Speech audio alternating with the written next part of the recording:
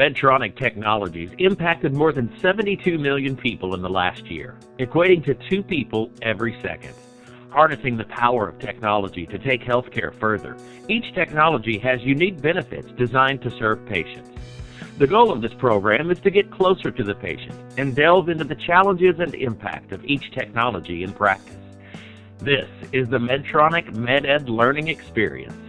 The INVOS monitoring system should not be used as the sole basis for diagnosis or therapy and is intended only as an adjunct in patient assessment. Medtronic's medical education programs are offered to provide attendees education on the FDA-cleared indications and use of our products when applicable.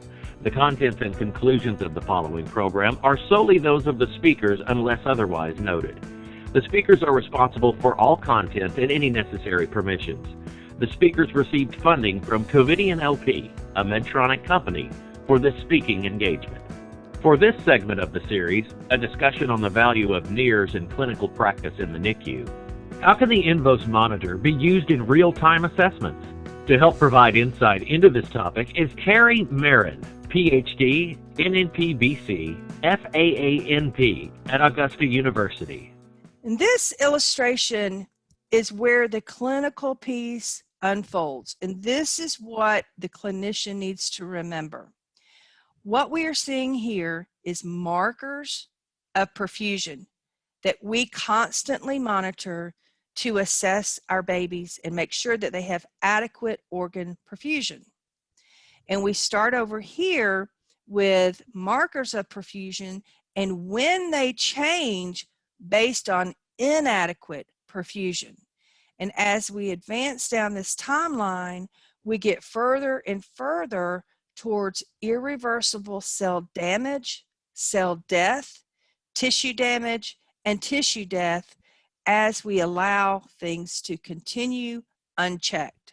And so here is where the RSO2 tells us that we have perfusion changes.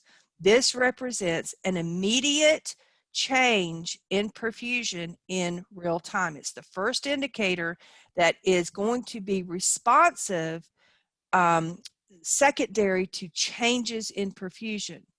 And very quickly after that, we see we have decreased pulses, color change, delayed capillary refill, and now we're into cold extremities.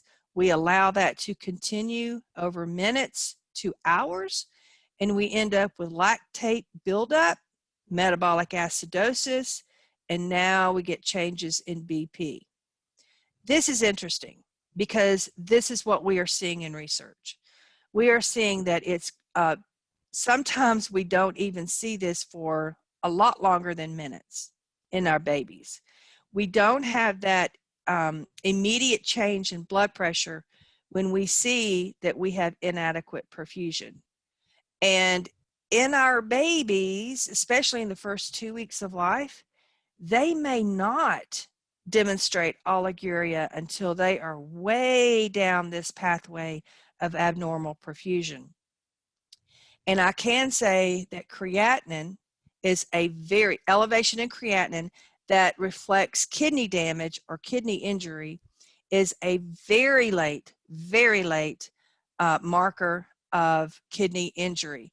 Because when we get to creatinine changes, it's been reported that up to 25 to 50% of renal function has already been lost.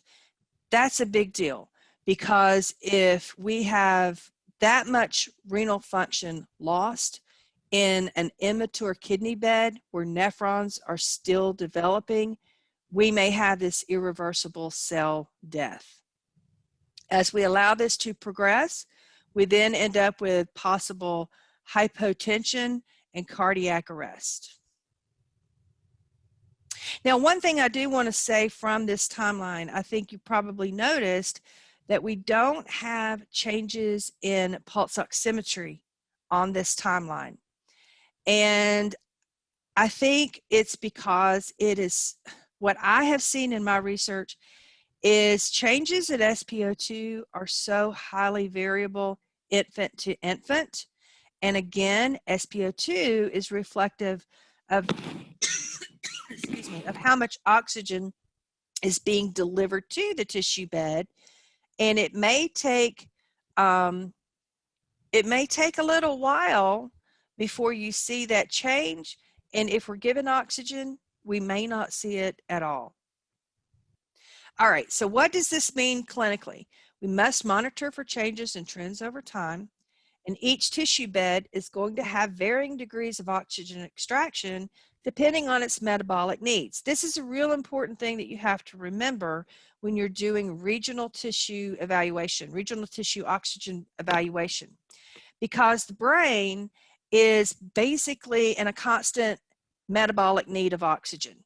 Its needs do not fluctuate over time based on its performance or what it needs to do, compared to the kidney and the gut, which their needs for oxygen may vary depending on what their function is. And so Dr. Mintzer went in and did an evaluation of variability in RSO2 in stable, quiet, hemodynamically stable, quiet preterm infants. And he found this exact thing, that the variability in the cerebral beds is pretty low, around 3%. That means fluctuating around the baseline. And in the renal beds, we see moderate variability, meaning it's a little more constant than, well, actually it's a lot more constant than the gut, a little less constant than the brain, meaning that the renal RSO2 may be more easily affected by a change in total body hypoperfusion. And then we see high variability in the gut. This is important. And this, remember, is in a stable infant. So the question becomes, if you lose variability, does that mean there's something pathologic occurring? And I think that is a question that we have to ask as far as what is occurring if we lose variability, and especially if we see a decrease in the perfusion with a loss of variability. So the reasons for decreased RSO2, we could have a decrease in blood or oxygen delivery or both. The reasons for this: hemorrhage, anemia, hypoxia. There's a number of reasons: vasoconstriction, hypoperfusion, or hypotension.